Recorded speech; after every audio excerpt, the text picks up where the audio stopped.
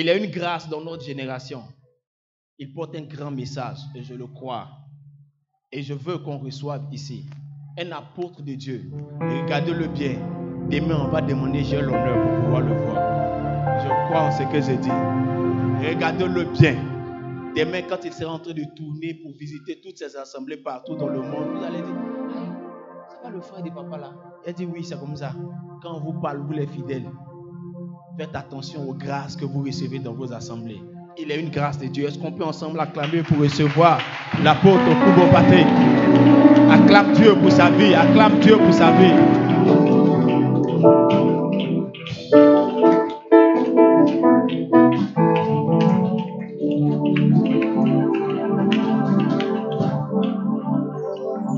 Alléluia. Est-ce que tu peux acclamer Jésus plus que moi?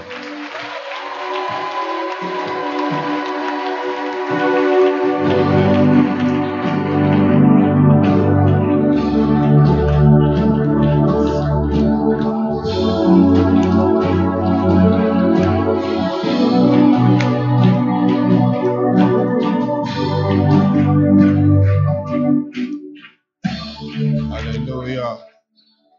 Est-ce qu'on peut parler en langue pendant quelques secondes? Parle en langue.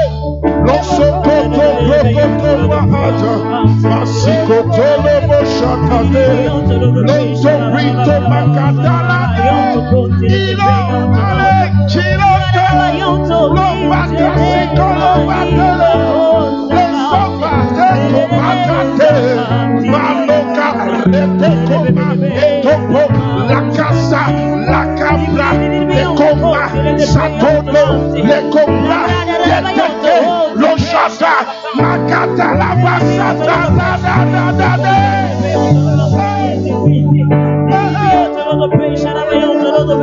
Alléluia.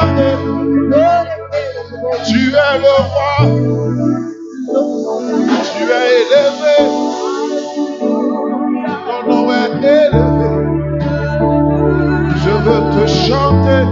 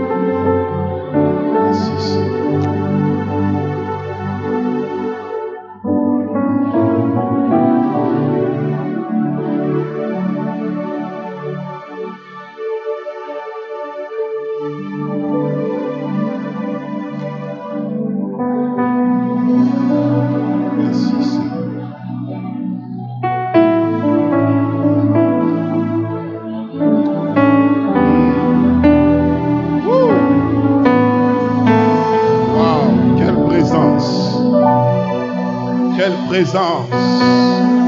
Oh là là.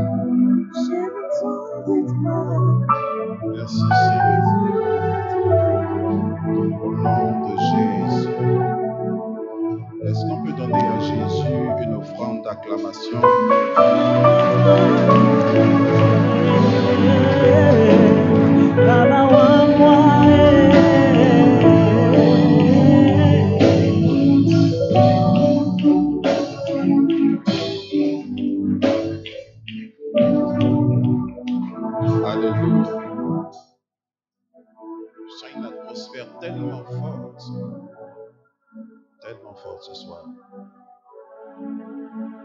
Waouh.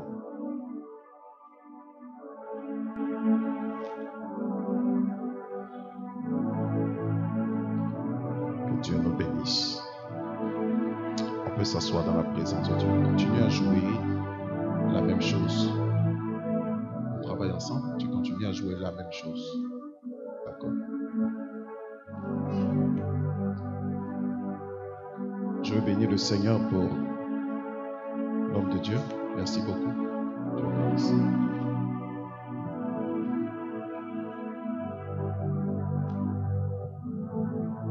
Amen. Qui nous donne l'opportunité de partager ensemble la parole. C'est mon frère. Amen. Alléluia. C'est un prophète authentique de Dieu. Si tu n'as pas encore l'information, je te la donne. C'est un prophète authentique de Dieu.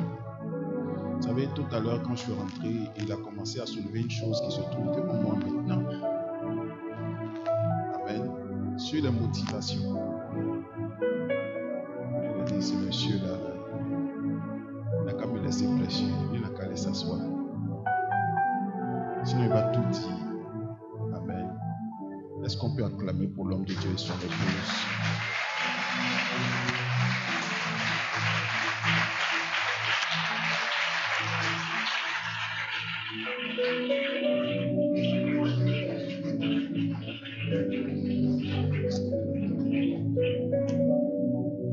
Amen. Mais je vais dire ça à la fin.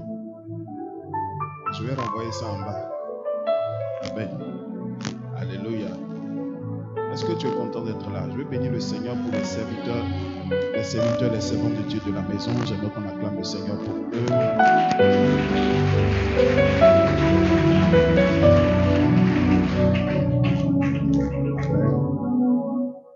vois des frères et sœurs de chez nous, de la Rénov, qui sont là, des diacres, qui sont là avec leurs épouses, des membres de l'église. Que le Seigneur vous bénisse.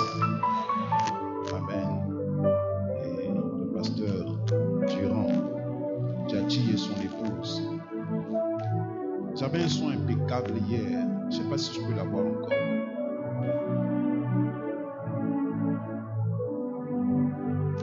J'avais un son hier où je sentais les choses. J'avais une bonne présence. Je ne sais pas si on peut. Dieu bénisse ce pasteur Durand et son épouse. Que Dieu vous bénisse. Hier, nous avons commencé à parler de certaines choses. Vous savez, le Seigneur, depuis que j'ai commencé ce programme, et avant même que je ne commence ce programme, le Seigneur a insisté vraiment sur le fait qu'il fallait prendre le temps de donner des instructions. Et l'homme de Dieu l'a redit encore une fois. Amen. Je ne savais pas exactement quelle était la pensée précise par rapport au shalom de l'année. Je connaissais la pensée du thème, mais que le Seigneur attendait vraiment à donner des instructions. Je l'ai fortement senti. Cette année, c'était des clés. Et pendant que vous êtes là, vous allez voir que ce n'est pas seulement un culte comme d'habitude. C'est vraiment, vous êtes comme dans une salle d'opération. Dieu va recalibrer votre mentalité, va ordonner votre manière de penser, va restructurer tout votre système de telle sorte que vous puissiez voir les choses différemment et rentrer dans certaines choses. Amen. Je viens de programme avec un mandat pour établir certaines personnes dans une certaine dimension. Établir certaines personnes dans une certaine dimension. Si c'est de toi qu'il s'agit, dis Amen bien fort.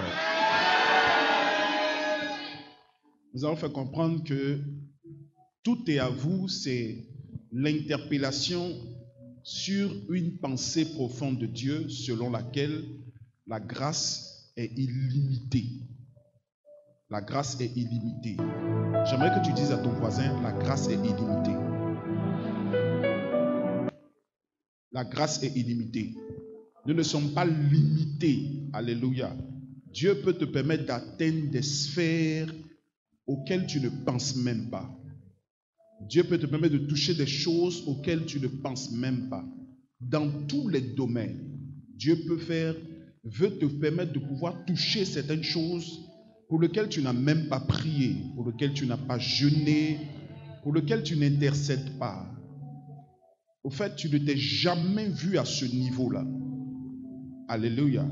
Et pendant ce programme, Dieu va vraiment ouvrir ton entendement afin que tu puisses saisir ces choses. Alléluia. Nous avons touché des aspects assez importants. Nous avons fait comprendre que l'une des choses qui a permis à Abraham d'atteindre un certain niveau de grandeur, vous savez, vous n'êtes pas complet si vous n'avez pas encore touché d'autres choses dont vous avez besoin. Amen. Et vous n'avez pas tout si vous ne connectez pas à certaines grâces. Amen. Et j'ai dit que sur terre, il y a des hommes qu'on appelle des réservoirs. Amen. Des réservoirs, ce sont des personnes qui ont relevé un certain nombre de défis dans leur destinée et qui ont gagné certaines batailles. Et chaque fois que vous gagnez des batailles dans un domaine, Dieu fait de vous un Dieu sur terre dans ce domaine-là. Et vous devenez une source de bénédiction pour d'autres personnes. Il y a des choses que nous attendons de Dieu, mais sur terre, il y a des personnes qui ont ces choses que Dieu a déjà prédisposées sur terre. Est-ce que vous comprenez? Et ces hommes sont comme des réservoirs. Je prie que Dieu permette à certaines personnes qui ont entendu le message hier de se connecter à ces réservoirs. Dieu peut te connecter à un réservoir d'intelligence. Vous savez, l'une des choses qui nous manque aujourd'hui dans l'Église, nous ne comprenons pas l'aspect selon lequel notre intellect a aussi quelque chose à jouer dans notre épanouissement matériel. Est-ce que vous comprenez? Je prie que Dieu te donne l'intelligence des finances. Oui, c'est un certain niveau d'intelligence. Alléluia. C'est un certain niveau d'intelligence. Que Dieu te connecte à des réservoirs qui ouvrent ta mentalité et ton intelligence par rapport à ta manière de gérer ton argent, par rapport à ta manière de gérer tes affaires, par rapport à ta manière de gérer ton foyer, par rapport à ta manière même de gérer ta santé. Alléluia. C'est des choses qu'on néglige, mais qui la plupart du temps font partie de notre épanouissement dans tous les domaines. Je prie que Dieu te donne un repos de toutes parts pendant que tu entendras ce message au nom de Jésus-Christ. Est-ce que quelqu'un est avec moi? Est-ce que quelqu'un est avec moi? Voilà. Merci. Est-ce que quelqu'un est avec moi? Aujourd'hui, je vais toucher un autre aspect, ou je dirais plusieurs autres aspects. Le premier aspect que je vais toucher ce soir se trouve dans le Genèse chapitre 30. Maka subrata sedeboha kedebro sikataraba. En Genèse chapitre 30, la Bible nous parle de Jacob, qui travaillait dans la maison de son père, ou disons de son beau-père, Laban. Amen. Et Jacob est un homme qui avait un mandat de Dieu sur sa vie. Mais il n'avait pas encore le déclic pour lui permettre de rentrer dans la plénitude de la pensée de Dieu pour lui. Vous pouvez être une personne qui est appelée à de grandes choses, mais vous n'avez pas encore rencontré des choses qui créent le déclic dans votre vie. Jacob, malgré le fait qu'il était un homme avec une destinée tellement grande, le choix de Dieu était posé sur lui. La grâce de Dieu était posée sur lui. La main de Dieu était posée sur lui. Mais Jacob s'est retrouvé en train de travailler dans la maison d'un homme du nom de Laban. Et à plusieurs reprises, il a été trompé, de telle sorte qu'il travaille, il paye sa dot en travaillant pendant plus de 7 ans. Et il voit une femme, il rencontre la femme, il veut l'épouser, il paye la dot, il travaille pour cette dot-là. Et après ce temps, qu'est-ce qui se passe? On le trompe et il retravaille encore pour la sœur, frère. Je ne sais pas si quelqu'un est capable de le faire ici. Travailler 7 ans pour une femme. Et les 7 années de travail représentent une dot. Frère, ce n'est pas la blague. Donc pendant plusieurs années, il travaille. J'ai compris une chose qui est l'une des premières clés dans cette histoire de la vie de Jacob. La première chose, c'est de comprendre que aussi longtemps que vous ne vivez pas une indépendance dans vos activités, vous ne pouvez pas vivre une expansion financière illimitée. Je me répète, aussi longtemps que vous travaillez pour quelqu'un, vous ne pouvez pas devenir riche.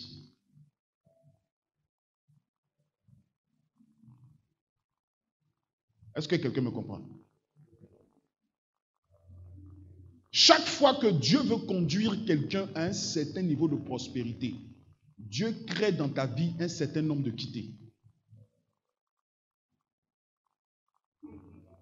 Si tu n'as pas atteint ces niveaux de quittés-là, ça sera difficile pour toi de vivre l'expansion financière.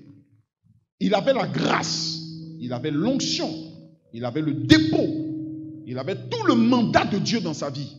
Mais il est resté en train de tourner dans la maison d'un homme pendant plusieurs années. Et tout ce qu'il avait en lui, il ne pouvait pas vivre pleinement de cela. C'était une autre personne qui profitait de lui. Tant que vous ne vivez pas une certaine indépendance dans votre système de travail, il sera difficile pour vous de vivre l'expansion financière de manière exponentielle. Je vais le dire autrement pour que ça soit clair pour certains. Tant que tu n'as pas ta propre entreprise, tu ne peux pas devenir riche de manière exponentielle. Parce que ce qui est l'initiative d'une autre personne ne peut pas marcher convenablement ou te permettre personnellement de vivre une certaine largesse. Parce que l'autre ne peut pas te donner la largesse que tu veux. Quand tu dépends de quelqu'un, la personne va forcément te donner des bornes et des limites dans ton épanouissement.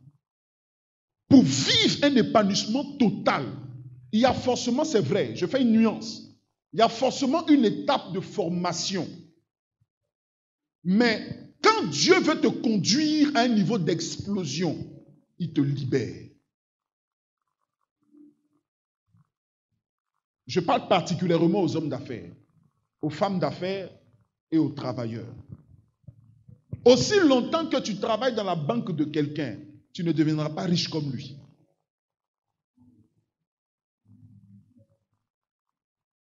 Le jour où Jacob a commencé à ressentir le sentiment selon lequel l'appel de sa destinée commençait à rayonner dans son cœur et qu'il était prêt à passer un autre palier de sa vie, la Bible dit que sa femme Rachel a eu un enfant du nom de Joseph. Quand Joseph est né, Dieu a ouvert ses yeux pour dire maintenant le temps est arrivé, tu dois partir. Chaque fois que Dieu veut faire un nouveau commencement dans ta vie, il aura un départ. Chaque fois que Dieu veut que tu passes à une étape de ta vie, il aura un départ, il aura un quitté. Beaucoup de personnes aujourd'hui qui sont puissants, qui sont des hommes d'affaires puissants, vous allez voir, sont souvent la plupart du temps des personnes qui étaient certes embauchées dans certaines institutions, dans certaines entreprises, et qui étaient plutôt bien payées. Mais à un certain moment, quand Dieu veut te faire exploser, Dieu te libère, il te met à part. Est-ce que quelqu'un est avec moi? Dieu te met à part. Il y a 5 personnes dans cette salle. Il y a 5 personnes dans cette salle que Dieu va mettre à part. Cette parole ne concerne pas tout le monde. Mais il y a des personnes à qui Dieu va parler de manière personnelle. Ou du moins, il y a des personnes à qui Dieu a déjà parlé de manière personnelle. Et souvent, ton épanouissement commence par ta démission. Oh là là. Et ce pas est difficile à franchir. Parce que la plupart du temps, nous pensons au confort. Jacob pouvait penser au confort qu'il avait lorsqu'il était dans la maison de Laban. Il y avait un certain confort. Il y avait un certain repos. Il n'y avait pas de problème. Mais quand Dieu veut te conduire à une autre étape, Dieu brise quelque chose. Souvent, Dieu te permet auprès d'une personne d'être dans une école. Et dans cette école, il y a des choses que tu apprends pour que demain, toi-même, tu sois capable de gérer ta propre chose. La percée financière exponentielle. Fouillez toutes ces personnes qui sont très riches. Il n'y a pas quelqu'un qui travaille pour son ami. Là, c'est difficile à comprendre. Je ne suis pas venu parler, donner des enseignements pour tout le monde. Parce que je crois que Dieu a sélectionné des hommes et des femmes pour les envoyer dans ce programme. Je prie que Dieu te donne la maturité de comprendre ces choses-là. Et quand Jacob est arrivé à ce niveau-là, c'était difficile de pouvoir franchir le pas, de dire maintenant je veux voler par mes propres ailes. Et l'une des choses qu'il va voir, il va voir son patron et lui dire, chef, je dois partir. Dis avec moi, je dois partir. Je ne suis pas en train de parler à un fils qui a un esprit de déloyauté, qui médite depuis dans son cœur de partir, et puis maintenant, le message va le consoler. Frère, ce n'est pas de ça que je parle. Est-ce qu'on est ensemble? Si on est ensemble, fais ça. Voilà. C'est clair? C'est clair? C'est clair? Voilà. Il va voir son père spirituel, il s'assoit avec lui, et il discute avec lui, il dit, je veux partir. Mais quand je vais partir, l'une des choses que je te demande, j'aimerais que tu me donnes toutes les brebis tachetées, noires, les brebis en tout cas qui ne sont pas belles. Parce qu'en réalité, les brebis tachetées avaient un prix qui était, ils avaient presque le tiers d'un prix normal. Parce que pour aller faire un sacrifice à Dieu, par exemple, tu ne devais pas aller avec des brebis tachetées. Ça, c'était l'une des choses. Ce qui faisait que si le marché achetait des brebis tachetées, c'était vraiment une chose qui n'était pas intéressante. Donc, si tu veux faire une bonne affaire, il était important que tu puisses avoir des brebis qui n'avaient pas de taches. Donc, venir voir son patron et lui dire, je veux seulement les brebis tachetées, c'est quelque chose qui était vraiment une bonne affaire pour Laban. Et il le regarde, il n'y a pas de problème. Mais il va faire quelque chose. Il prend les brebis tachetées et la Bible dit qu'il va se mettre dans un lieu. Et c'est là que Dieu va lui donner l'une des choses assez importantes. Pour ceux qui veulent vivre la grâce illimitée de Dieu. Dieu ne peut pas te bénir si tu ne sais pas prendre soin de certaines choses que je vais te partager ce matin. L'une des choses qui était la force, ou qui a été la force, qui a permis à Jacob de vivre l'expansion financière, c'était la capacité de recevoir des idées divines. Comment s'asseoir et puis réfléchir? C'était le premier généticien. Il s'est assis et il a su que, avec des brebis tachetées, qu'est-ce que je peux mettre en place pour que ces brebis-là, quand ils vont sortir, des brebis blanches, mais ils vont ressortir tous avec des taches. Le procédé était totalement spirituel. L'une des choses que tu dois comprendre, ou je dirais la troisième chose que tu dois comprendre après les deux premières que j'ai données hier, que tu dois comprendre, tu dois savoir gérer les idées que Dieu te donne.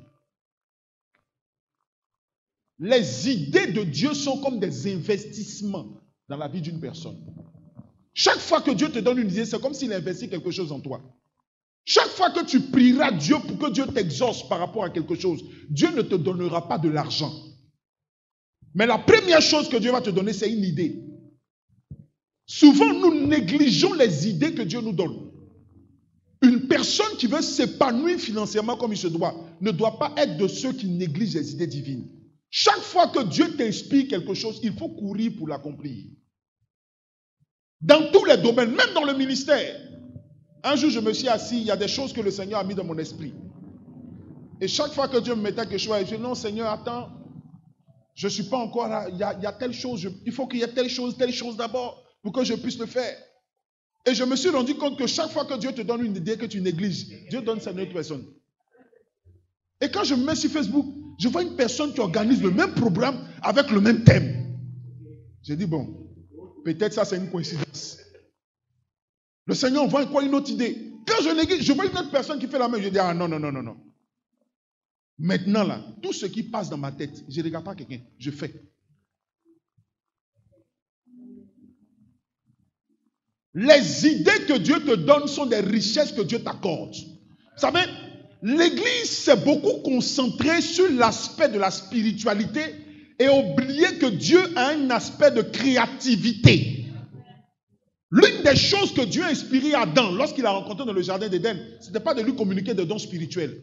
Dieu a d'abord élevé son niveau de créativité. Il dit, mets-toi devant les animaux et commence à les nommer. Il dit, toi tu t'appelles biche, tu t'appelles agouti, tu t'appelles gazelle, tu t'appelles lion, tu t'appelles... Et tellement il y a des espèces, imaginez-vous, il n'a pas répété 2 fois le même nom pour une espèce.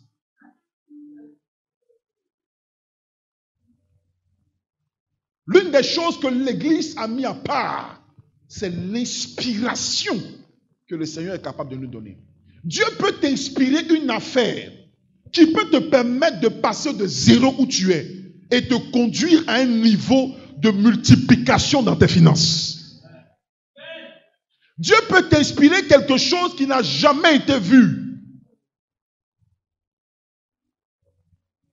Il n'y avait pas d'école de génétique qui existait. Il n'y avait pas de procédé en élevage pour faire sortir des brebis tachetées. C'était impossible. Mais quand vous comprenez que Dieu est capable de vous inspirer, bien aimé, vous allez saisir des choses qui vont vous propulser à un certain niveau de votre vie. Il y a des gens aujourd'hui sur terre qui ont de l'argent mais qui n'ont pas d'idée. Et qui cherchent à...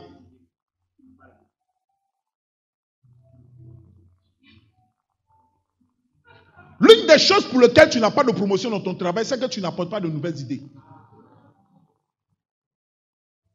Tu préfères passer ton temps à prier pour chasser les esprits de sorcellerie, des mystiques dans le bureau, mais tu ne pries pas pour que Dieu t'inspire, pour voir ce que tout le monde ne voit pas, pour propulser l'entreprise d'un point A à un point B. C'est pourquoi le patron te regarde toujours comme une personne qui le dérange. Joseph priait dans la maison de Potiphar, mais il apportait des idées qui changeaient le système de ses finances. Il a préféré dire, au lieu de combattre avec lui, je préfère faire de lui un allié.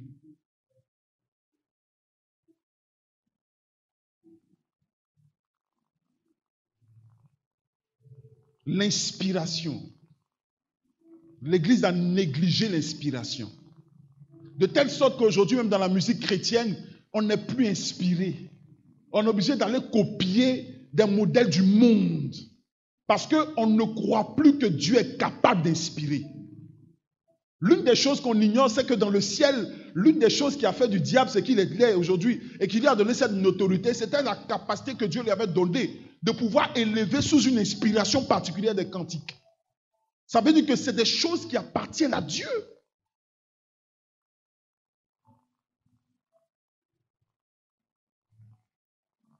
Il y a des choses que Dieu peut t'inspirer là où tu es. Et je prie que pendant qu'on quittera ce programme, Dieu va donner un esprit fécond à quelqu'un. Ta manière de dire Amen dérange mon âme. Je dis, Dieu va te donner des idées qui vont te propulser à un certain niveau. Oh, je dis, Dieu va te donner des idées qui vont te propulser à un certain niveau. Des idées.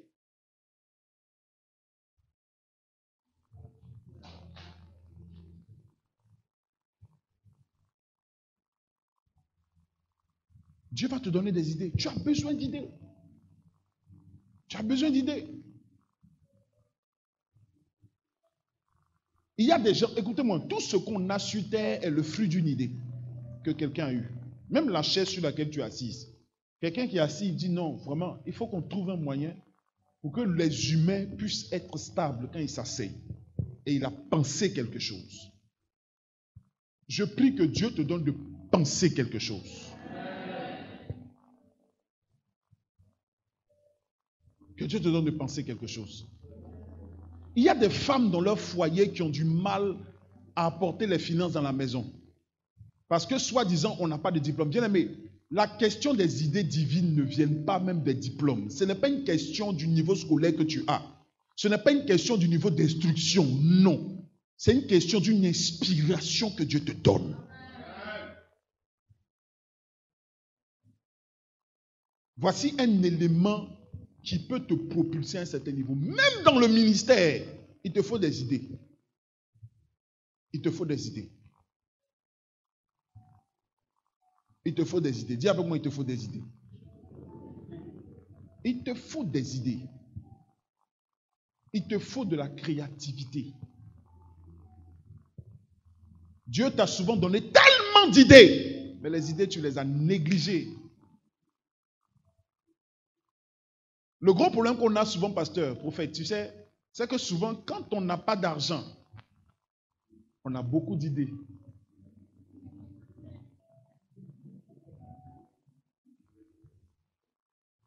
On est ensemble? Est-ce qu'on est ensemble? Il y a des gens, quand ils n'ont pas l'argent, je ne dis pas des gens, nous tous, quand l'argent n'est pas là, si j'ai l'argent, tel domaine, on a tellement d'idées qui sortent dans notre esprit. Mais quand l'argent arrive, qu'est-ce que le diable fait? Il vient obscurcir ta pensée. De telle sorte que tout ce que tu avais pensé là, tu oublies. Et quand tu as fini l'argent et que tu es vers la fin, c'est là que tu te rappelles que, attends, je voulais. Et tu as tendance à vouloir chercher encore de l'argent pour compléter ce qui est en train de finir là maintenant. Donc tu retournes encore à la case départ dans la recherche. Ta prospérité commence lorsque tu es capable d'être stable. Je prie que Dieu rende des personnes stables avec 100 millions, 200 millions. Que ta mentalité soit... Oh, je dis que ta mentalité soit stable. Oui, que ta mentalité soit stable. Tu peux avoir... Écoutez-moi, l'argent a un pouvoir de déranger ton esprit. Quand tu sais que l'argent est assis dans ton compte, ta manière de marcher même change.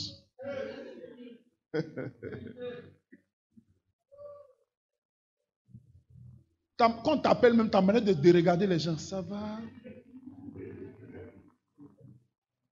L'argent alourdit ton corps. Tu marches plus vite. Vous savez, pour reconnaître les gens qui ont l'argent, ils ne sont pas trop pressés. Les gens qui ont l'argent ne sont pas agités. Ils parlent doucement. Quand tu parles de...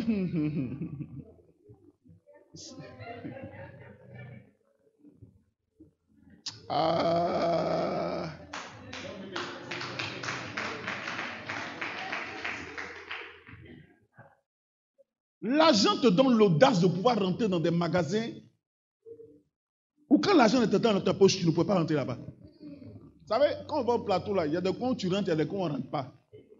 Frère, disons-nous la vérité. Déjà, même à l'entrée, on te montre la machine, 3 millions et quelques. C'est-à-dire, si tu as fait une petite erreur, que tu as cassé quelque chose à l'intérieur, frère, tu es foutu.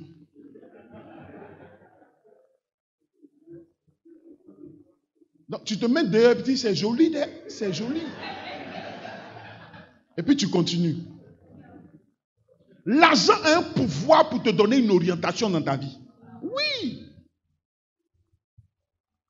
Si tu n'as pas la capacité de te maîtriser de telle sorte que tu peux maîtriser l'argent, tu ne pourras pas. Ton esprit doit être capable de maîtriser, quelle que soit la somme.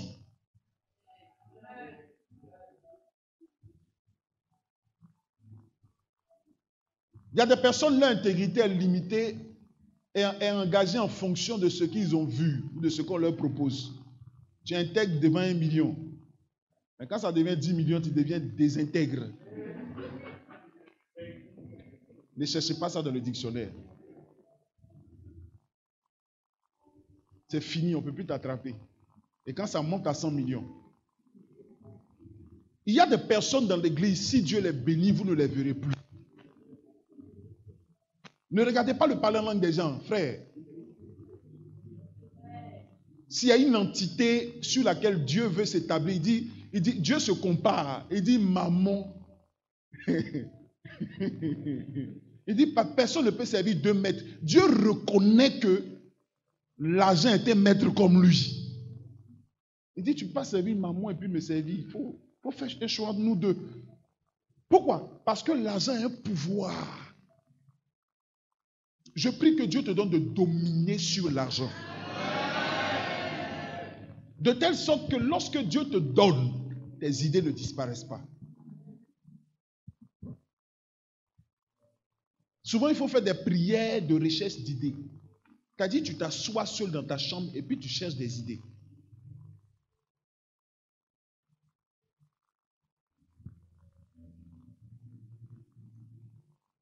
Il y a un homme de Dieu à qui on demandait s'il y a des choses que tu devais reprendre dans ta vie, qu'est-ce que tu allais faire? Il dit, j'allais prendre le temps chaque jour au moins de réfléchir 1 heure.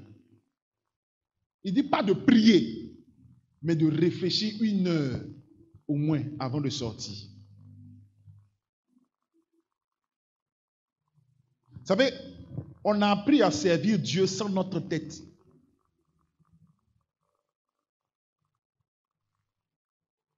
Je prie que Dieu te donne d'utiliser ta tête. Oui. Et que les idées que Dieu met dans ton esprit, que tu ne les négliges pas. Les idées, c'est l'argent. L'argent. Est-ce que quelqu'un peut se tenir debout? Je fais cette déclaration pour toi. Je déclare au nom de Jésus-Christ qu'à partir de ce jour, Dieu libère des idées dans ta vie. Écoutez-moi, les idées vont vous distinguer de la masse. Les idées te distinguent de la masse. Même s'il y a 10 000 personnes dans ton entreprise, que les idées que Dieu te donne te permettent d'être repéré par tes responsables. Ta manière de dire Amen me dérange. Je dis que les idées que Dieu te donne d'être repérées au nom de Jésus-Christ. Assieds-toi. Une petite idée d'entreprise peut changer ton histoire.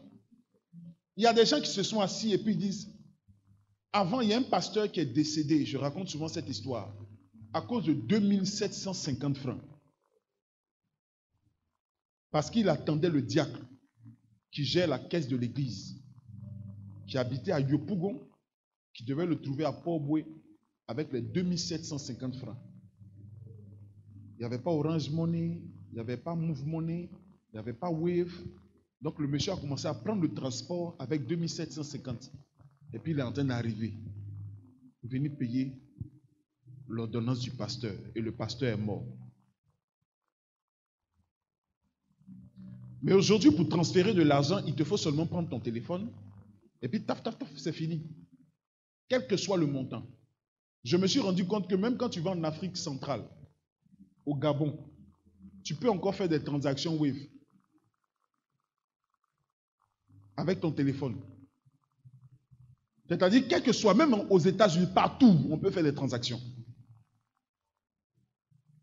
Quelqu'un a pensé et a réfléchi à quelque chose et a mis quelque chose en place. Aujourd'hui, ça porte des milliards. Ce que Dieu t'a donné comme idée, par rapport peut-être à un livre que tu dois écrire. Je suis venu rêver l'esprit de quelqu'un qui a mis dans un cimetière quelque chose que Dieu lui a donné. Ce n'est pas un séminaire comme les autres. Dieu t'a donné peut-être un livre que tu dois écrire et tu l'as enfermé quelque part. Peut-être que ce livre sera le livre qui va te révéler un grand jour. Peut-être que ce livre sera le livre qui va faire que toute la nation va te connaître. Mais tu l'as caché quelque part. D'après toi, tu atteins le bon moment. Écoutez-moi, dans le monde naturel, la Bible dit quoi? Il y a un temps pour toutes choses. Mais la Bible précise sous le soleil. Dans le monde spirituel, il n'y a pas un temps pour toutes choses. C'est pourquoi Dieu était capable d'aller regarder le figuier et de lui demander son fruit. Dans une saison où ce n'était pas la saison des figues. Parce que Jésus n'opérait pas dans le système du monde. Il opérait dans le système spirituel. Quand on rentre dans le spirituel, tous les temps sont favorables. Tout dépend du prix que tu es capable de payer pour saisir une chose.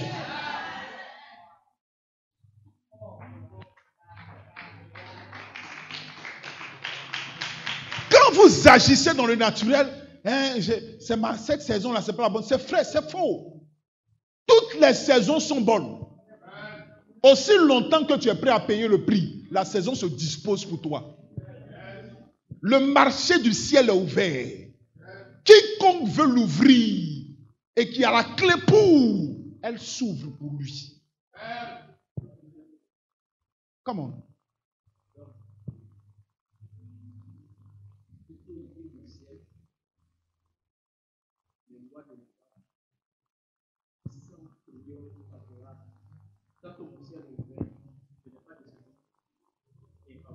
Il n'y a pas de saison infavorable.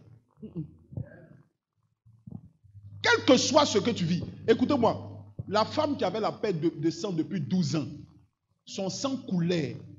Elle dit aujourd'hui, mon sang va s'arrêter de couler. Ce n'était pas son jour, ce n'était pas programmé pour elle. Mais elle dit aujourd'hui, pour moi, ça arrête. Tu peux aujourd'hui décider que ta situation financière change. Je ne sais pas si quelqu'un va comprendre ça.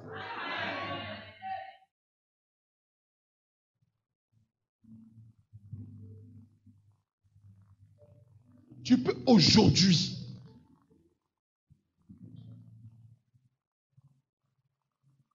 Il y a souvent des hommes qui ne sont pas prêts, mais toutes les saisons dans le monde spirituel sont toujours disposées. Le diable n'attendra pas une bonne saison pour t'attaquer. Il t'attaque chaque matin.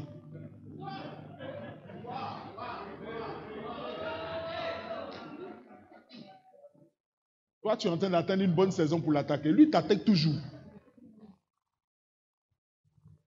La Bible précise, sous le soleil, mais au-dessus du soleil.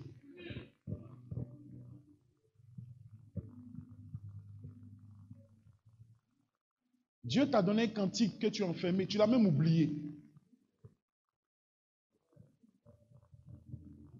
Tu as chanté ça dans ta douche. La douche a enregistré beaucoup de cantiques. Oui, s'il y avait des micros, il y a des douches qui allaient vous sortir des albums. Oui, il y a des chants qui chantent seulement dans leur douche. Quand vous les entendez chanter, leurs chants bénissent les voisins. Mais c'est quand ils sont dans la douche, quand l'eau coule sur eux. Et tu ne sais pas que c'est ça là qui va changer ton histoire. Et toi, tu es en train d'attendre une autre prière pour envoyer quelque chose d'autre pendant que Dieu t'a déjà donné. La Bible dit que quand vous priez, croyez que Dieu vous a quoi? Exaucé. Et souvent, l'exaucement ne vient pas avec le visage qu'on attend.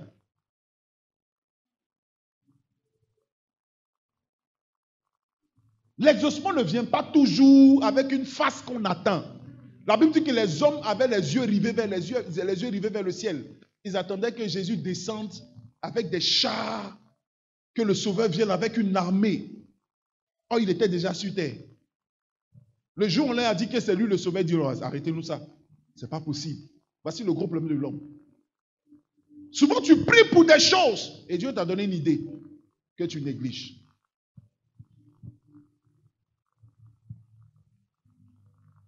Et souvent même tu le mets dans un dit non, ça là, si je dis ça vite, ils vont m'attaquer.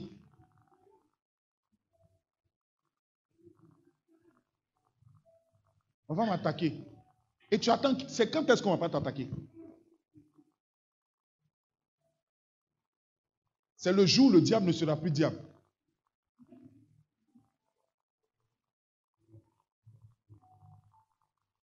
Est-ce qu'il y a quelqu'un avec moi? Dis avec moi, les idées. Oh, dis-le bien, les idées. Dis à ton voisin les idées. Je prie que Dieu te donne des idées. À partir de ce jour, quelqu'un va sortir de ce séminaire avec des idées qui vont changer son histoire.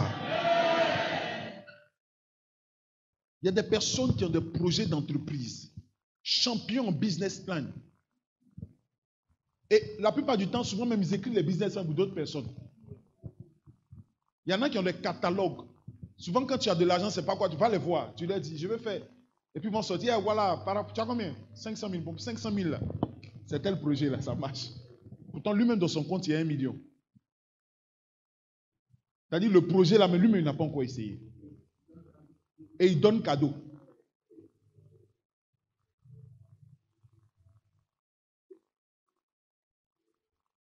Il y a des livres, il y a des personnes qui écrivent des livres d'idées.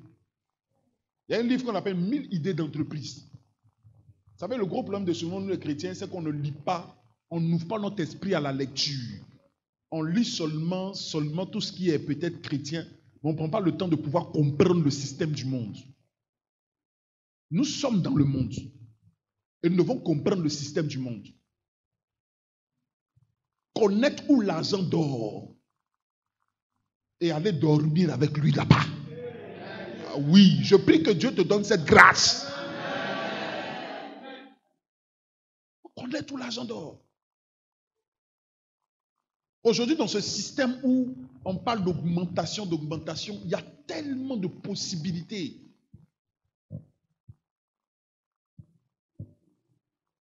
Le gros problème, c'est que l'Église, on s'est focalisé sur un aspect du salut. Et on a négligé presque les 90% de ce qui concerne notre salut. Comme le pasteur disait, le prophète le disait, on s'est concentré sur chasser les démons. Frère, quand tu as fini de chasser le démon, on fait quoi maintenant?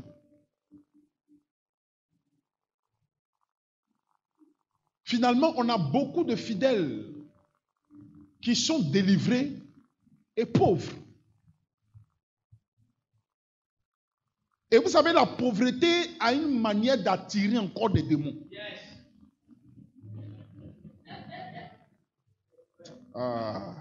Vous voulez qu'on parle des choses sérieuses ou vous ne voulez pas qu'on parle?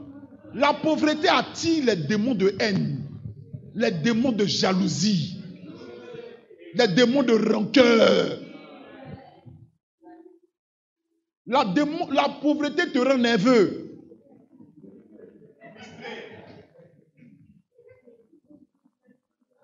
Je parlais avec quelqu'un qui est très riche, qui a beaucoup de biens, construit beaucoup de choses. J'ai dit, il y a telle personne dans son foyer, c'est gâté. Il dit, oh, ça doit être la pauvreté. C'est pas une chrétienne.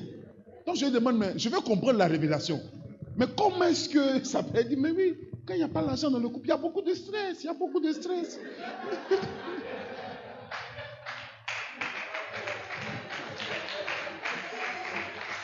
Oui, il y a beaucoup de stress. Quand il n'y a pas l'argent, il y a le stress.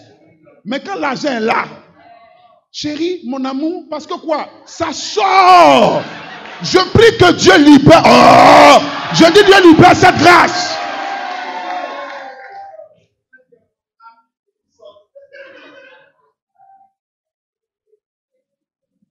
Tu sors le matin, tu vois les cheveux de ta camarade, ça t'énerve. Tu vois la robe de la voisine, ça t'énerve. Tu vas rendre visite à quelqu'un, tu vois sa télévision, ça t'énerve. Tu rentres chez toi, tu es en colère. Et dans ta colère, voilà un monsieur, mon amour, tu dis, mais quel amour, mon amour? On va aller où avec mon amour? On est dans mon amour depuis 20 ans. Regarde la situation. La pauvreté rend nerveux. Je prie que... Oh, je ne sais pas si les gens me comprennent. Je prie que Dieu te délivre ce soir. Ça rend nerveux. Il y a des querelles. Vous savez, une femme, son niveau de colère dépend du type de cadeau que tu es capable de lui donner. Je ne sais pas si je peux partager des choses.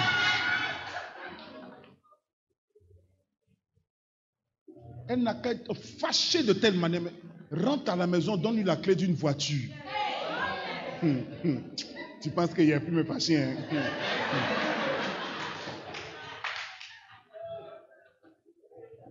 Faites comme si vous ne comprenez pas de quoi je parle. Je suis marié depuis 14 ans, je connais ça.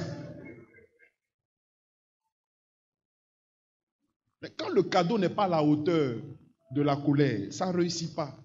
Mais quand tu pousses haut, ça calme le jeu. Il n'y a plus de palabre. Même si elle est en colère, mais quand même, tu sais. J'ai dit, tu voulais manger quoi? Je n'ai pas dit que palabre est fini, mais tu voulais manger quoi?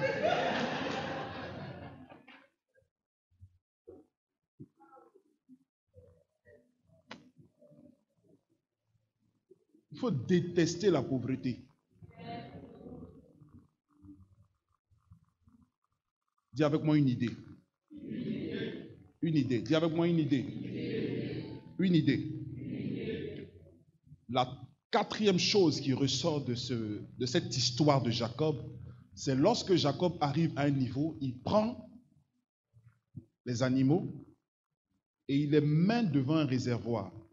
Et dans ce réservoir, il met des branches d'amandier qu'il met à l'intérieur. Et quand les animaux viennent boire, quand ils regardent les branches d'amandier qui ressemblent aux taches qu'ils doivent avoir sur leur corps, qu'est-ce qui se produit? Automatiquement, quand ils rentrent en gestation, et qu'ils reproduisent des enfants, ces enfants qui sortent automatiquement des tas sur eux. Ça, c'est la loi de la perception. La perception, c'est la capacité de voir en avance ce que tu dois être sans y être.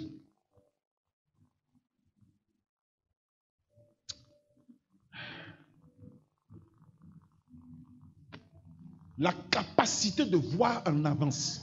C'est-à-dire de percevoir quelque chose qui n'est pas encore matérialisé.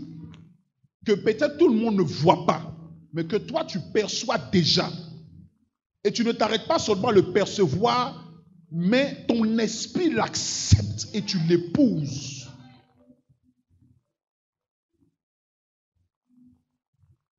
Vous savez, une femme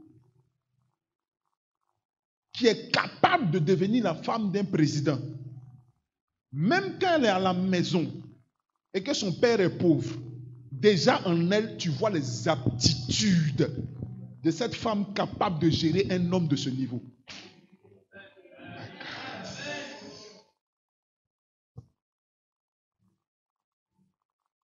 La grandeur ne s'obtient pas par un travail. La grandeur ne s'obtient pas par le niveau de votre compte bancaire. La grandeur, c'est un état d'esprit dans lequel on rentre. Si dans votre état d'esprit, vous n'avez pas accepté la richesse, vous allez rester pauvre. Prenez un blanc, envoyez-le à derrière rail, à Bobo. Mettez-le dans une maison délabrée. Donnez-lui 6 mois. Quand vous allez revenir là, vous allez voir que même dans cet environnement bizarre, il va mettre un certain éclat à l'intérieur. Je ne sais pas si quelqu'un me comprend. Vous allez voir des petits pots de fleurs qui vont arriver, une petite gloire qui va commencer à se disposer dans l'environnement. Mais prenez un abobolé. Excusez-moi. Je veux dire, je ne parle pas d'abobolé pour dire des personnes qui sont... Mais je parle de quelqu'un qui est dans une situation précaire. Prenez une personne qui est dans une situation précaire. Je ne dis pas bobo, peut-être très loin, je ne sais pas, quel que soit le lieu. On peut être dans une situation précaire, même à Cocody, partout, au plateau, ça dépend. Et envoyez-le en plein Paris. Et donnez-lui une maison.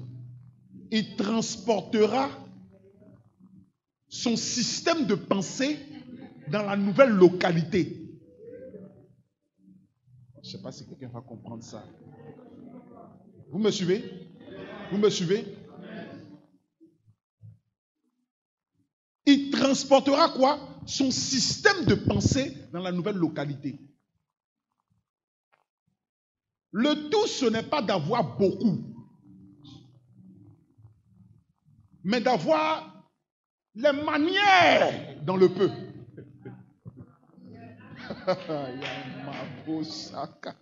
Le tout, ce n'est pas d'avoir grand, mais c'est d'avoir les manières de grand dans le peu.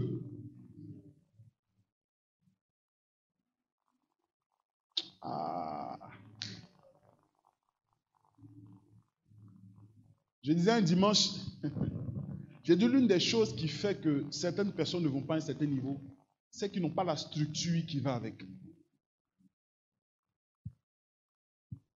Tu ne sais pas ranger une table.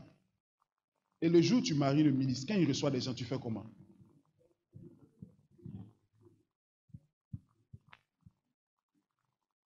Selon la loi de l'attraction, tu attires vers toi ce que tu es.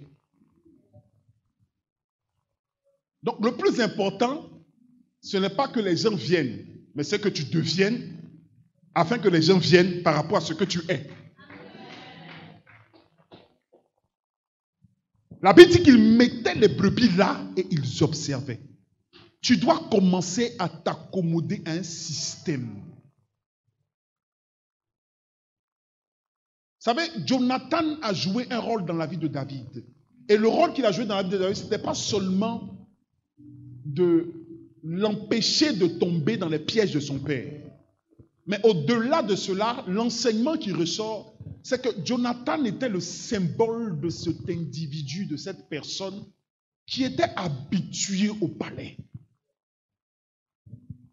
qui vivaient dans le palais, qui avaient cette position princière. Et David était le petit broussard.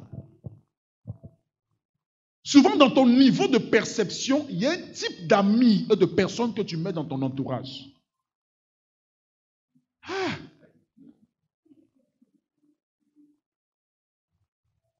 Écoutez-moi, conformément à la distance à laquelle vous partez, vous vous entourez de personnes aptes à pouvoir vous suivre jusqu'à ce niveau. Ce n'est pas tout ce qui parle en langue qui peut vous aider à devenir ce que vous devez devenir. Ce n'est pas tout ce qui prie des heures qui peut vous aider à devenir ce que vous devez devenir. Mais il y a des personnes qui ont les aptitudes nécessaires pour déteindre sur vous, pour vous aider à aller à un certain niveau dans la vie. C'est pourquoi souvent vous avez besoin de Jonathan dans votre vie. Quelqu'un qui est habitué au palais, qui a vécu dans le palais, qui sait comment on mange avec les cuillères et les fourchettes et les couteaux. Même si tu es quitté au village à Boisflé, qui peut t'inculquer certaines règles du mode de vie qu'il faut.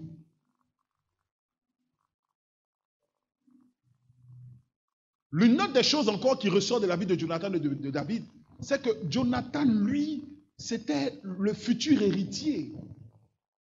C'est-à-dire, après Saül, c'est supposé être Jonathan qui prenne la place. Est-ce que vous comprenez? Mais qu'est-ce qui se passe? David est un petit broussard. Et Dieu, pour se soumettre aux règles des hommes que lui-même il a établies, selon lesquelles, pour devenir roi en Israël, il fallait forcément être de lignée royale. Donc, ce qui faisait que David était disqualifié. Il y a beaucoup de personnes disqualifiées, mais le problème, c'est qu'on ne sait pas rentrer en alliance avec certaines personnes qui ont les qualifications dont on a besoin. Ta perception fera que tu ne seras pas de ceux qu'on choisit comme amis, mais qui savent choisir leurs amis. My God. Jonathan rentre en alliance avec David. David qui n'est pas de lignée royale. Jonathan vient vers David. Il lui donne son anneau, il lui donne son manteau. En tout cas, tout le symbole de sa position de prince, il le donne à David. En réalité, il y a eu un transfert de lignée entre Jonathan et David.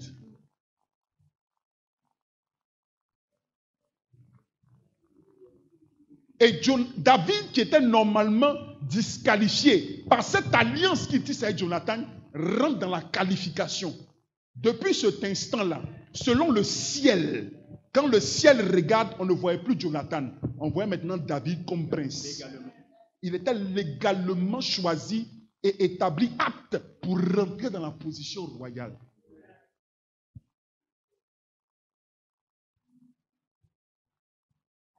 Quelqu'un avec moi? Avec qui tu marches? Les Français disent, qu'est-ce qu'ils disent? Qui s'assemble se ressemble. Dis-moi qui tu es et je te dirai qui tu es. Who are you? Est-ce que tu peux te lever et demander à cette personne, who are you? Who are you? Demande, tiens-toi debout, dis à cette personne, who are you?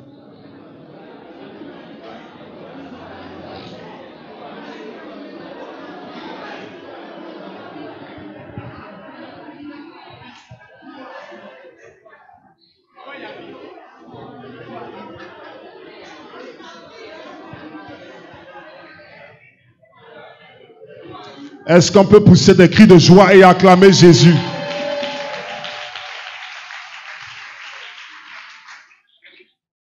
Vous savez, la prise de conscience de votre personnalité peut faire que certaines personnes vont penser que vous êtes devenu orgueilleux. Ah, je ne sais pas, c'est que je sais pas si les gens... Je répète, de répéter, la prise de conscience de votre état et de votre personnalité, de votre identité, de qui vous êtes, de ce à quoi vous êtes appelé, peut faire que certaines personnes vont percevoir comme orgueilleux. Parce que vous ne marchez pas avec tout le monde. Vous ne faites pas ce que tout le monde fait. Vous ne riez pas quand tout le monde rit. Vous ne courez pas quand tout le monde court. Vous ne marchez pas quand tout le monde marche. Vous n'allez pas où tout le monde part. Vous n'achetez pas les choses où tout le monde achète. On se dit, ah, elle pense que quoi? C'est pas parce qu'elle pense que quoi? C'est parce qu'elle est quelque chose. Oh, je suis venu dire à un frère et à une soeur ce matin, il y a quelque chose de Dieu en toi. Si ton amen sort plus que ton voisin, cette parole t'appartient. Cette parole t'appartient. Cette parole t'appartient. Cette parole t'appartient. Ne me catalogue pas parce que tu as l'impression que je ne fais pas ce que tu veux. Je ne suis pas appelé forcément à faire ce que tu veux parce que je ne suis pas ce que tu penses que je suis. Oh, je ne suis pas la personne que tu calcules que je suis, mais je suis véritablement la personne que Dieu a établie. Et ce que Dieu a établi, ce que Dieu a mis en moi, je le sais, je le sais, je le sais, je le sais, je le sais. Je suis venu parler à des personnes qui sont victimes de leur identité, victimes de leur personnalité, victimes de ce que Dieu a posé en eux, victimes de ce que Dieu a posé dans leur vie. Je déclare, à partir d'aujourd'hui, sois à l'aise d'être ce que tu es. Ne cherche pas à faire plaisir à tout le monde. Ne cherche pas à faire courir tout le monde.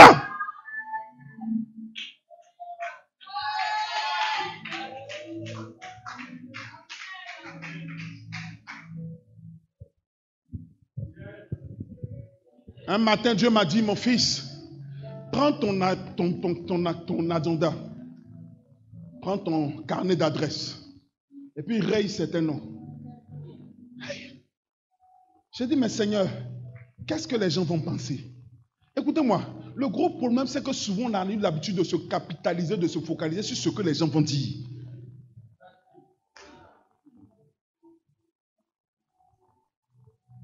Donc, devenir ne dépend pas de ce que les gens vont dire.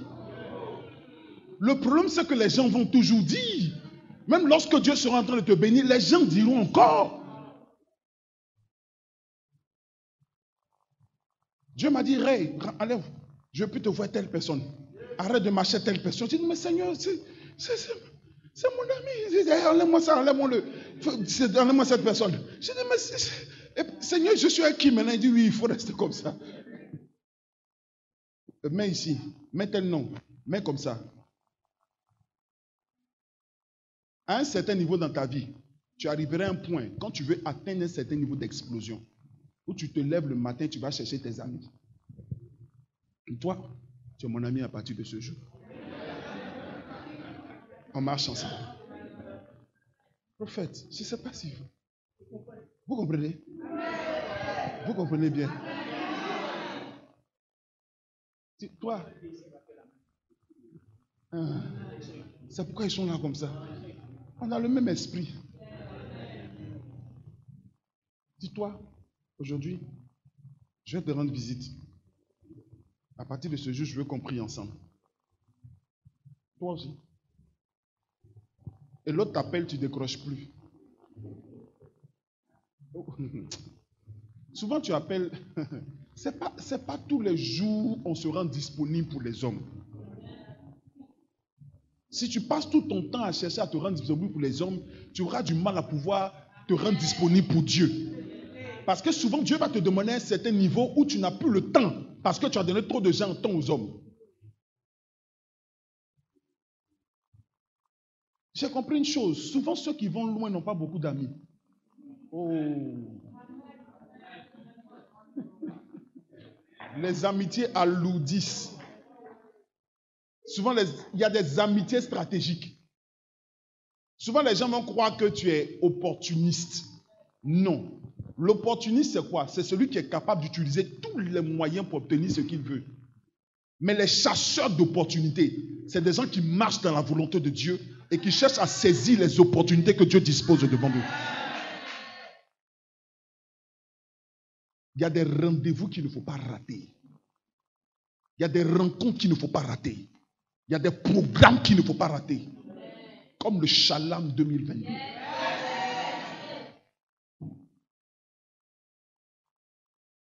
Celui qui a voulu t'empêcher de venir ici est un sorcier.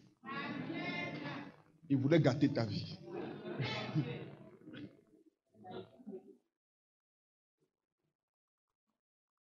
Est-ce qu'on est ensemble? Est-ce qu'on est ensemble? Est-ce qu'on est ensemble? Je prie que Dieu te donne de saisir ces réalités.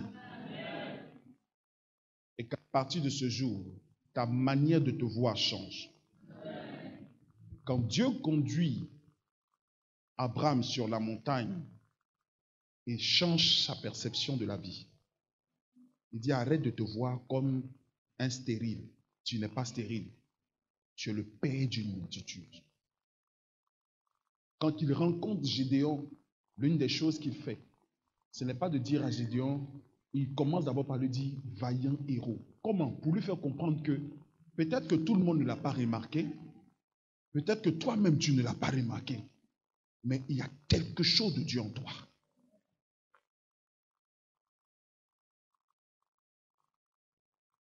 Si vous avez l'habitude de marcher avec des personnes qui ont tendance à vous rabaisser, qui ont tendance à vous dire que vous ne pouvez rien et qui ne croient pas en vous, c'est une atmosphère qui est destructrice à votre épanouissement spirituel. L'homme a en lui une nature divine. Et la nature divine dans la vie de l'homme, c'est quoi? C'est que Dieu aime l'adoration. Oui. Tu as besoin de personnes qui vont te regarder pour te dire, mais bravo, tu as bien fait. C'était super. Tu as bien chanté. Waouh. Ma soeur, tu es bien habillée. C'est vrai, hein? Tu as besoin de ça. L'homme a besoin de ça.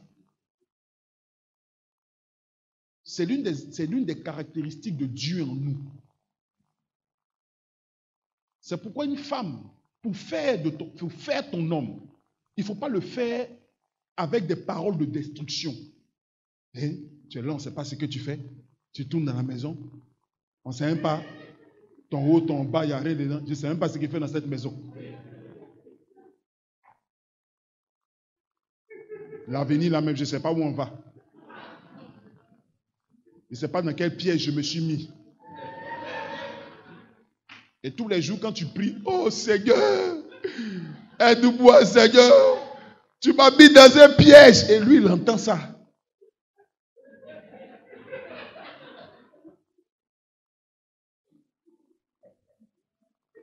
Regarde comment tu es court, regarde nos enfants.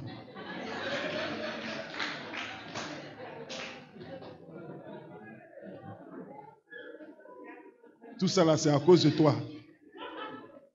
Ce n'est pas dans quel foyer je suis venu. Je ne sais vraiment pas ce qui m'est arrivé. Seigneur, donne-moi une seconde chance. Et le monsieur, c'est ce qu'il mange tous les matins. Tu vas récolter la tromperie. Parce qu'il y a une autre qui est assise dehors. Quand il arrive, oh, tu es tout beau. Tu es mignon. Une femme, même quand ton mari, il n'a rien, il faut lui dire, tu es un héros, tu es un grand. Tu n'es pas n'importe qui. Il faut bien t'habiller parce que demain, tu sais où on s'en va. Regarde, chérie, fais comme ça. Parce que demain, là, quand tu vas rencontrer les ministres, c'est comme ça. On ne parle pas comme ça, on fait comme ça.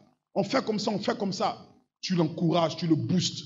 Quand vous élevez la célébration dans la vie d'un homme, vous élevez son potentiel de pouvoir se déployer. C'est la même chose. Dans l'environnement dans lequel vous êtes, entourez-vous de personnes qui savent vous valoriser. Qui sont tes amis? Est-ce qu'on est ensemble? Il me reste combien de temps? Qui sont tes amis? Est-ce que tu peux demander à ton ami, qui sont tes amis? Il arrive, il prend Gédéon, il lui dit, Gédéon, tu es un grand. Quand il rencontre Moïse, Moïse commence à discuter. Moïse dit, Seigneur, je ne peux pas parce que je bégaye. C'est mieux d'aller choisir une autre personne. Dieu dit, mais c'est moi qui ai créé la bouche.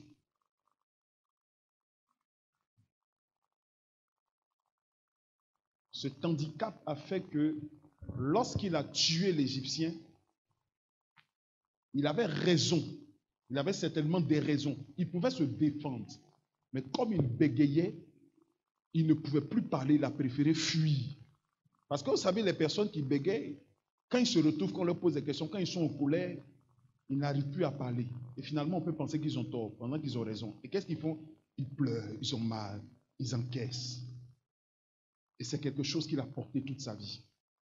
Dieu dit ça, enlève ça. Enlève ça. Je peux vous donner une dernière chose? Je peux vous donner une dernière chose? Je peux vous donner une dernière chose? Élève avait pris déjà le Seigneur. Dis à Dieu, Seigneur,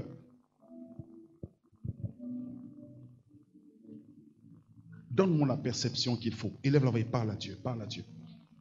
Shabaka soudebrai te sikotodo cha.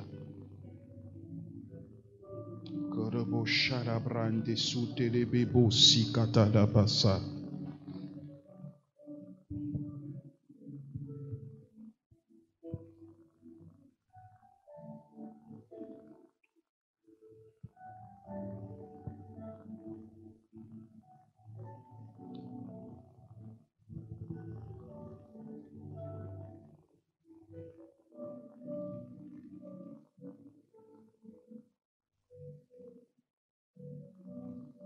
La dernière chose que je vais vous dire, simplement, c'est que toute grandeur et toute grâce illimitée se déclenche par un prix qu'on accepte volontairement de payer. Ceux qui ignorent ou qui négligent le prix à payer ne pourront jamais atteindre certains niveaux. Il y a des choses qui vont te coûter des jours de sommeil. Il y a des choses qui vont te coûter des heures de travail. Mais quand tu es conscient que pour atteindre ce niveau-là, il faut du travail, tu vas commencer à t'appliquer à travailler. Souvent, ça peut passer même par une action sacrificielle de finance. Et quand tu arrives à ce niveau, c'est là que beaucoup de personnes trébuchent et échouent. Je veux donner un témoignage par rapport à Daddy Soumbela. Nous sommes partis en 2018 pour le 20e anniversaire de l'église d'un ami, pasteur Timothée et son épouse Joël Kabasele.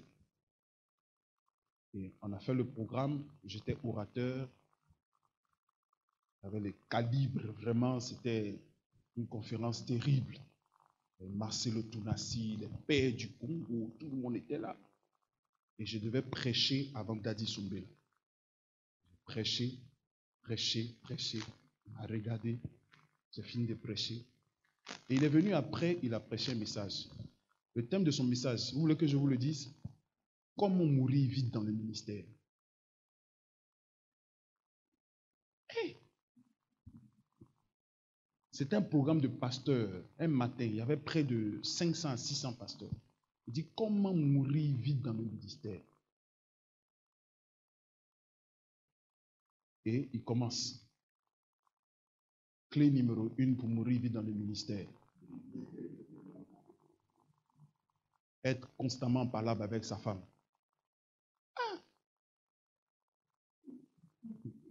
Il dit, les femmes ont une capacité naturelle de pouvoir déstresser plus rapidement que les hommes.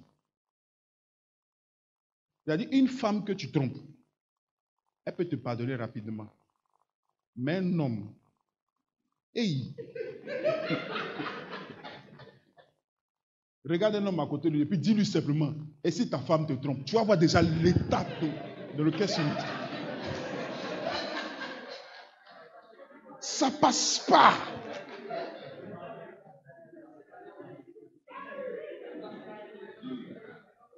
Une femme peut savoir que son mari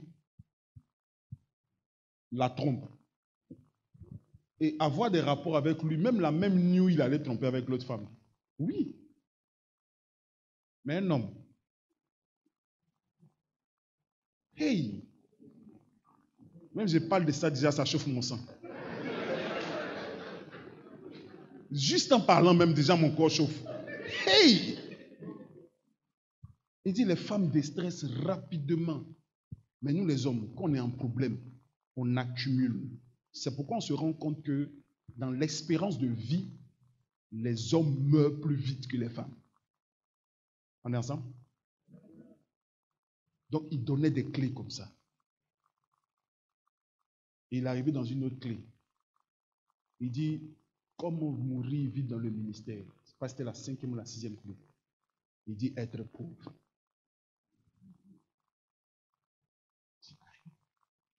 Il dit la pauvreté rend aigri. Même un fidèle qui achète une voiture, ça t'énerve. Pourtant, c'est toi qui as prié pour lui. Ça t'énerve parce que quand... Je vais vous donner un témoignage. Un pasteur au Sénégal, il a une grande communauté avec beaucoup de fidèles qui ont des grosses voitures, des gens des organisations. C'est une église AD. Et lui, il avait une mobilette. Un dimanche matin, il file, il vient à l'église. Et sur la route, il fait un accident. Bah! Le pasteur est blessé, sa mobilette est gâtée. Et il doit commencer à marcher pour venir à l'église. Et c'est le dimanche matin. Les fidèles sont pleins d'adoration. Dieu est bon. Et il arrive. Donnez-moi le micro. Donnez-moi le micro. Papa, il y a quoi? Donnez le micro ici. Vous êtes méchant. Vous êtes méchant. Méchant. On dit, il y a quoi? Le vieux, qu'est-ce qu'il y a? Regardez, regardez, regardez. Vous avez vu ça? Et puis, il était en colère contre ses fidèles. Ce jour-là, il les a bien chicotés. C'est fou. Tu vois, moi, une voiture. Là, depuis le micro, pour il est parti. Ça, là, c'est pas prédication.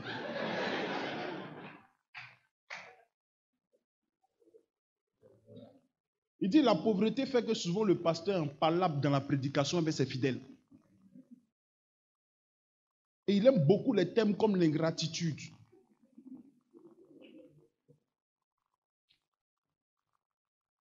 Il prêche. Il prêche. Et il est arrivé à un point où il dit, l'une des choses qu'il a comprises, qui lui a permis de quitter la pauvreté. Un jour, il venait de faire un travail et il avait eu de l'argent. Et il y avait un besoin dans l'église. Le pasteur a fini de prêcher. Dieu lui a dit, prends tout ton argent et puis viens lui donner. Il dit, chaque percée financière, chaque explosion dans les finances est souvent attachée à un sacrifice financier. Mais le gros problème, c'est que les pasteurs aiment beaucoup prêcher sur certaines choses qu'eux-mêmes ils n'appliquent pas. Vous me regardez là, beaucoup d'entre vous, c'est ce qu'ils disaient. Beaucoup d'entre vous, les pasteurs, vous ne payez pas vos dîmes. Vous êtes les premiers à chanter. Payez vos dîmes, payez vos dîmes. Et tout le monde était là. On se regardait. Et il a prêché, prêché. Quand il a fini de prêcher, j'étais avec ma femme. Ce jour-là, on était en train de faire les travaux dans notre maison. On voulait faire des aménagements. On avait déménagé d'une maison qu'on louait. Et on voulait aller dans cette maison-là. Donc, on avait quand même un peu d'argent. J'ai dit à ma femme, sous l'inspiration du Saint-Esprit, sans le savoir, j'ai dit, ce programme où on part, c'est la première fois qu'on va très loin avec toi comme ça dans un pays. Je ne sais pas ce qui va se passer. Vidons nos comptes bancaires, mettons tout l'argent là, dans nos poches et puis alors. On a mis tout notre argent sur nous. Arrivé au Kenya, on a changé ça en dollars. Et puis c'était sur nous, puis on est parti. Et dans le programme, Dieu me dit à moi, vide ta poche. Et Dieu lui dit à elle, vide ta poche. Donc, de manière unanime, on a compris qu'il fallait vider tout ce qu'on avait ce jour-là pour donner à l'homme de Dieu.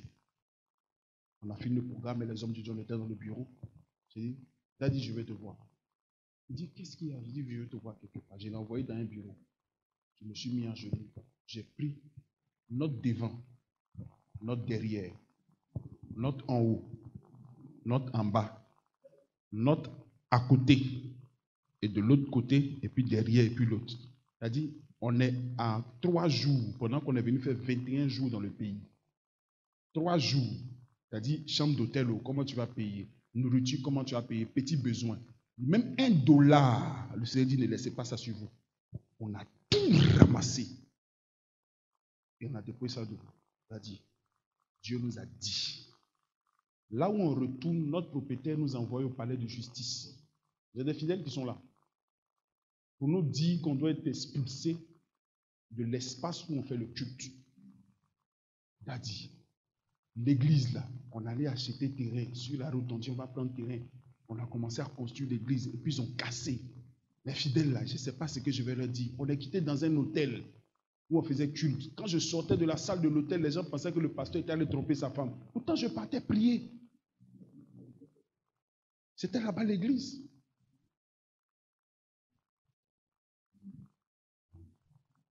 J'ai dit, Seigneur, et je ne sais où on est actuellement là. Ce qu'on a là, ça ne peut pas nous aider. On ne sait pas ce qu'on va faire. Aide-nous par ta prière. On croit que ton Dieu peut changer notre situation. Il a mis ses mains sur sa tête. Il dit, le Dieu que je prie, tu vois comment il parle?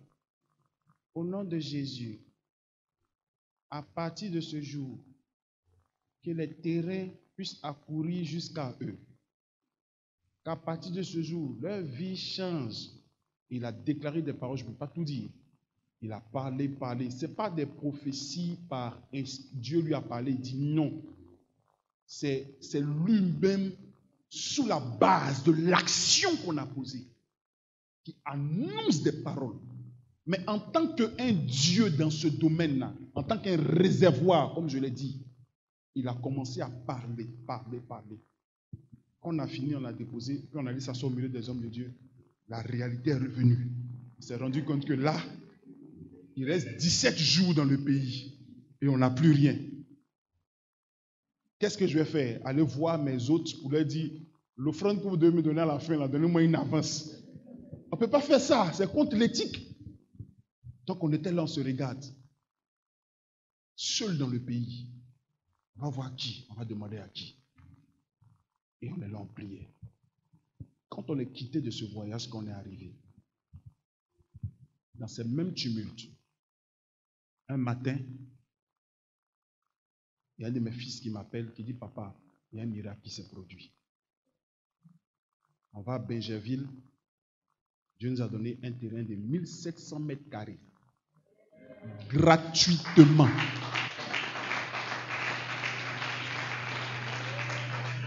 Je vais le traduire en français pour que vous compreniez.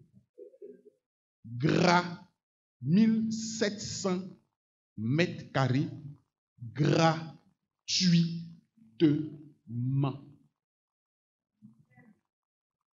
Ce n'est pas un terrain à louer, non. Pour nous, à notre nom, gratuitement.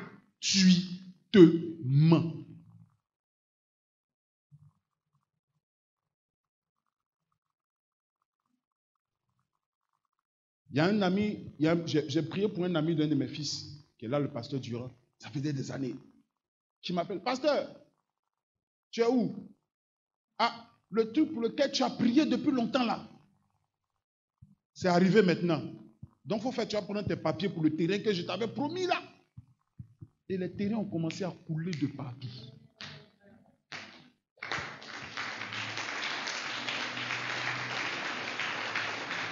Ce n'est pas fini. On est revenu dans la réalité. Et on avait déjà libéré la maison de l'autre côté et l'autre maison n'est pas encore finie. On a cassé tout, on est en train de modifier. Et tu ne peux pas l'habiter là-bas. On est resté à l'église. J'ai dit, Seigneur, on va attendre jusqu'à ce que tu fasses ce que tu dois faire. Avant qu'on ait la succession des terrains qui arrivent, on était là, on était dans la chambre, et dans mon bureau, et on priait, on a fini de prier. Ma femme est rentrée aux toilettes, elle allait se laver, et j'étais dans le bureau. Et dans mon ancien bureau, il y a un miroir, pour les fidèles vont voir, qui peut voir les personnes qui passent dans le couloir. À 6 heures du matin, un fidèle qui rentre dans l'église. Aïe! Il est venu faire quoi? Peut-être il veut prier, il a des problèmes. Il vient, il dit, ah, j'ai vu ta voiture au fond là-bas, donc vraiment, je te cherchais. J'ai dit, mais comment tu me cherchais? Ça, 6 heures là, tu viens me chercher ici? Il dit, je te cherchais. Excuse-moi, je vais te voir rapidement. Il a un sachet en main. Il dit, papa, je suis pressé. Excuse-moi, mais je voulais poser une action. Et il dépose le sachet d'argent. Bon.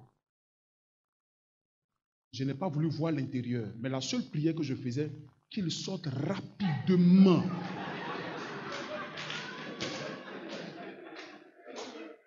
Faut pas qu'il dise, non, hey, j'ai oublié, ça là, c'est pas pour... Non.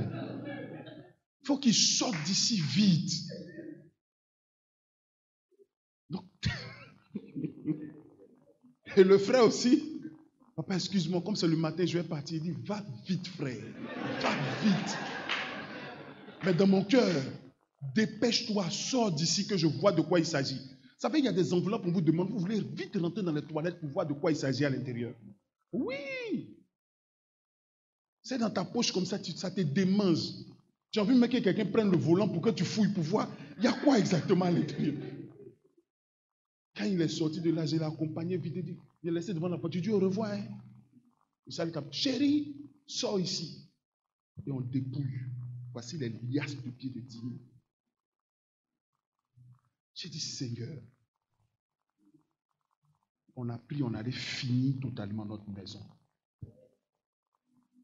Et automatiquement après ça, succession sur succession. Tout ça par quoi?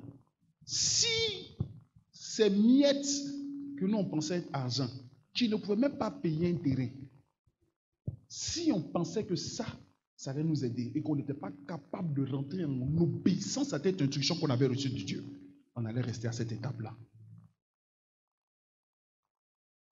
Quand Dieu souvent veut vous propulser à un certain niveau, le gros problème souvent c'est qu'on a, c'est quand on est trop intellectuel à ce niveau-là. J'ai dit, ma femme, si c'est pour marcher, on marchera. C'est pour tel, on fera. Depuis ce jour, j'ai compris quelque chose. Et chaque fois que j'accomplis ce principe, ça me permet de passer à un autre palier dans ma vie. Ce programme de Shalom n'est pas un programme comme les autres. Il ne faut pas t'attendre forcément à ce qu'on t'impose les mains, que tu tombes. Non. Excusez-moi. Hier, quand je suis rentré, Dieu m'a dit une chose. Je priais, je me suis endormi, je me suis réveillé vers 4 heures, 5 heures, je priais avant 6 heures. Et pendant que j'étais en train de prier, le Seigneur m'a donné cette parole-là. Il m'a dit qu'il va élever 3 personnes dans cette église qui vont devenir des multimillionnaires puissants. Et c'est une prière que votre Père a élevée dans son cœur. C'est une prière qu'il a élevée. Il a dit, Seigneur, élève des personnes. Et quand le Seigneur a fini de me le dire, juste après, je reçois, il m'envoie 2 affiches. J'ai dit, je vois, quand je prie, je ne veux pas être distrait avec mon téléphone. J'ai dit, bon, peut-être que c'est une urgence, puis que ça vient 2 fois. Ça. Donc, j'ai jeté un coup d'œil et je vois que c'était lui qui était en train de m'envoyer un message. J'ai dit, wow, Seigneur, c'est un signe qui montre que cette pensée est réelle. Dieu va bénir cette église de manière financière. Ça, je vous le dis. Je vous informe d'une chose. Financièrement, vous serez bénis. Vous serez financièrement bénis. Dieu va élever des jeunes, des personnes. Il va faire des choses extraordinaires au travers de votre vie. Des choses extraordinaires. Parce que Dieu a vu le cœur de votre Père. Dieu a vu le désir de son cœur. Et pour cela, Dieu a décidé de vous bénir. Pendant que tu te tiens debout et que je déclare ces paroles,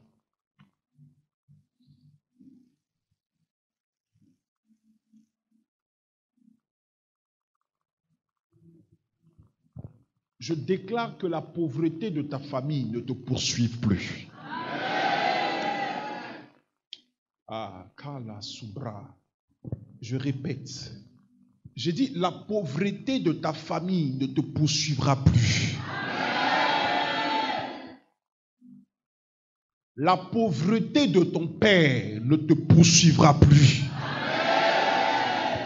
Quand on parle de la pauvreté de ton père, je fais allusion aux limitations que ton père a eues dans la vie. Ces limitations-là, tu les briseras au nom de Jésus-Christ. Dieu fera de toi une référence dans ta famille. Ce qu'on n'a jamais vu, ce qu'on n'a jamais expérimenté, ce qu'on n'a jamais touché dans ta famille, Dieu le fera au travers de toi. Pendant que je parle, je vois une femme que Dieu utilise comme un instrument qui fait rentrer la prospérité financière dans sa famille. Toute ta vie, tu t'es rendu compte que là où souvent les personnes échouaient, toi tu réussissais. Là où les gens échouaient à des examens, tu réussissais. Tu avais tendance à briser des limites dans ta famille. Pendant que je suis en train de parler maintenant, Dieu est en train de te conduire à rentrer dans une dimension de grâce exponentielle au nom puissant de Jésus-Christ.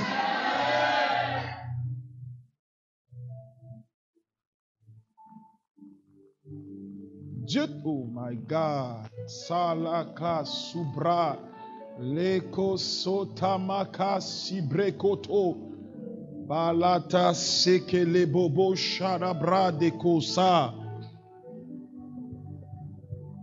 Tu ne mendieras pas ton pain. Dieu te libère du fardeau de l'endettement. Reçois la grâce. Reçois la grâce. Alaka Tabata. Dieu fait de toi un propriétaire terrien.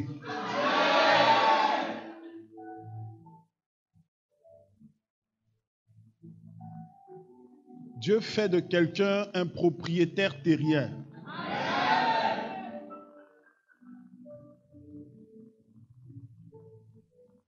Les terrains n'auront plus de limite pour toi.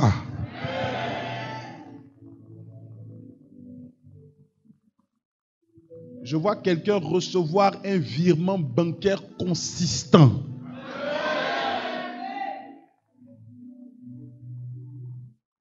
Qui vient sous forme d'un rappel de quelque chose que tu avais fait depuis des années, quelque chose que tu devais recevoir, qui avait été bloqué. Je vois la somme être débloquée maintenant au nom de Jésus-Christ. À partir de ce jour, ton esprit devient fécond. Tu pars à un autre palier dans les finances.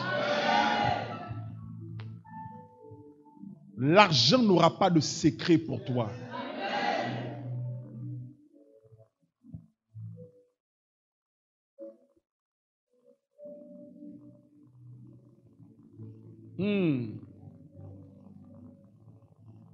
Ouais, moi. Yes. Est-ce qu'on peut parler à Dieu? Est-ce qu'on peut parler à Dieu?